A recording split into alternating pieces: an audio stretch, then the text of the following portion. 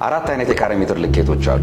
ካርፔት ኤሪያ፣ ኔት ኤሪያ፣ ኮመን ኤሪያ እና ግሮስ ኤሪያ የምንላቸው። ካርፔት ኤሪያ ማለት ከውስጥ ግድግዳ እስከ ውስጥ ግድግዳ የምትለኩት ልኬት ማለት ነው። ያ ማለት ዘኮል ወይም ደግሞ ስከርቲንግ የምንለው ከጥግ ጥግ ስትለኩ የምታገኙት ካሬ ሜትር ነው። ኔት ኤሪያ ማለት ደግሞ የአፓርትመንት በራችሁን የሱቅ በራችሁን ከፍታችሁ ስትገቡ የምታገኙት አጠቃላይ ካሬ ሜትር ማለት ነው። ያ ማለት የውስጥ ፓርቲሽን ወይም ደግሞ የውስጥ ክፍሎችን ለመከፋፈል የምንጠቀምባቸው ብሎኬት ያረፉባቸው ካሬ ሜትሮችንም አብሮ ያካትታል። ሶስተኛው ኮመን ኤሪያ ነው። ኮመን ኤሪያ ማለት የጋራ መጠቀሚያ ስፍራዎች ማለት ነው። ኮሪደር፣ ደረጃ፣ ሊፍት፣ የጋራ መዝናኛ ስፍራዎች፣ የልጆች መጫወቻዎች የመሳሰሉት ለኑሮ ወይም ደግሞ ለሱቆቻችሁ በጋራ የምትጠቀሟቸው ኤሪያዎችን የሚያካትቱ ናቸው። የመጨረሻው ግሮስ ኤሪያ ነው። ግሮስ ኤሪያ ማለት ኔት ኤሪያ ሲደመር ኮመን ኤሪያ በድምሩ የሚሰጡን አጠቃላይ ካሬ ሜትር ማለት ነው። ይህም ማለት ኔት ኤሪያ አፓርትመንታችሁን ወይም ሱቃችሁን ከፍታችሁ የምታገኙት የራሳችሁ የሆነ የግል ቦታ ሲደመር የጋራ መጠቀሚያ ስፍራዎች በየፕሮፖርሽኑ በየአፓርትመንቱ ወይም በየሱቆቹ የሚደርሳችሁ ድርሻ ሁለቱ በአንድ ላይ ተደምረው የሚመጣው ግሮስ ኤሪያ እንለዋለን ማለት። ይሄ ግሮስ ኤሪያ ነው ካርታችሁ ላይ የሚጻፈው።